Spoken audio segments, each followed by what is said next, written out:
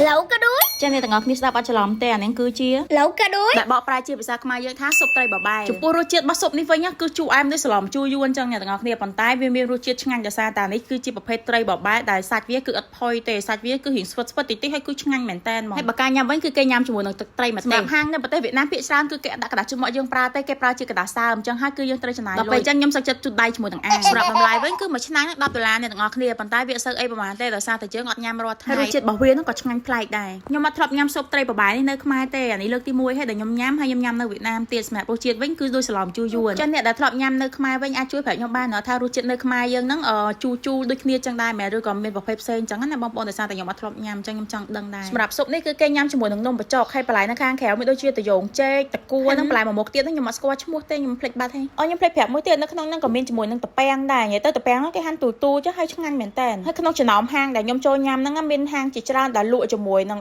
ប្រភេទស៊ុបហ្នឹងប៉ុន្តែហាងមួយនេះគឺជាហាងដែលលក់ដាច់ជាងគេដោយសារតែហាងរបស់គាត់នោះគឺបកកែធ្វើជាមួយនឹង marketing អ្នកទាំងអស់គ្នាភាគច្រើនអ្នកដែលទៅញ៉ាំកន្លែងហ្នឹងគឺស្គាល់តាមរយៈ website ការ recommend តគ្នានិងការ give feedback នៅលើ website ហ្នឹងតែម្ដងជាមួយនឹងបន្លែនៅក្នុងស៊ុបនេះគឺខ្ញុំអត់សូវចេះញ៉ាំហ្មងទេដោយសារតែខ្ញុំអត់ចូលចិត្តជាមួយនឹងតយងចេកបើសិនជាតគួនហើយនឹងអីផ្សេងគឺខ្ញុំញ៉ាំបានច្រើនអ្នកទាំងអស់គ្នាបើសិនជាចង់ញ៉ាំឲ្យឆ្ងាញ់ហើយកុំភ្លេចដាក់ម្ទេសច្រើនទៅម្ហូបអីក៏ដោយដែលមានម្ទេសច្រើនគឺម្ហូបនោះគឺឆ្ងាញ់យងចេកនេះអត់ចេះញ៉ាំប្រហែលទេតែដាក់ឲ្យបុគ្គលម្នាក់ទៀតដែលអង្គុយទល់មុខខ្ញុំហ្នឹងឲ្យគាត់ញ៉ាំអ្នកទាំងអស់គ្នាអាបន្លែនេះខ្ញុំភ្លេចឈ្មោះហើយដឹងថាបន្លែអីគេទេពេលដាក់វាចូលទៅក្នុងស៊ុបទៅវាតុនឆ្ងាញ់មែនតើហ្មងហាងរបស់គាត់គឺសម្បូរភ្ញៀវមែនតើអាពេលខ្ញុំជិះមកដំបូងគឺឡើងពេញខ្ញុំឈរចាំប្រហែលជា5នាទីបើខ្ញុំបានចូលញ៉ាំទាំងដែលហាងផ្សេងតនេខ្ញុំអត់ចូលទេណា